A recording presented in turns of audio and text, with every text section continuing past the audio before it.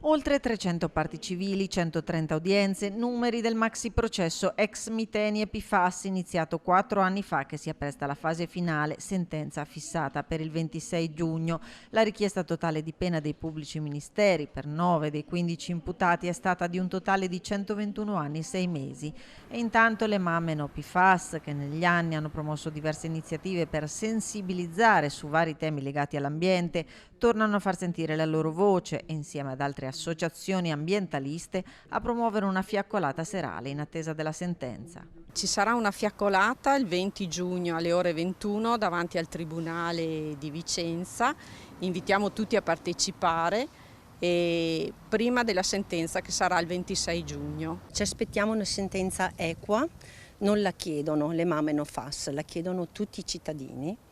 Ci aspettiamo la bonifica che non deve essere dimenticata, la bonifica del sito Miteni. Chiediamo che inquinare diventi reato.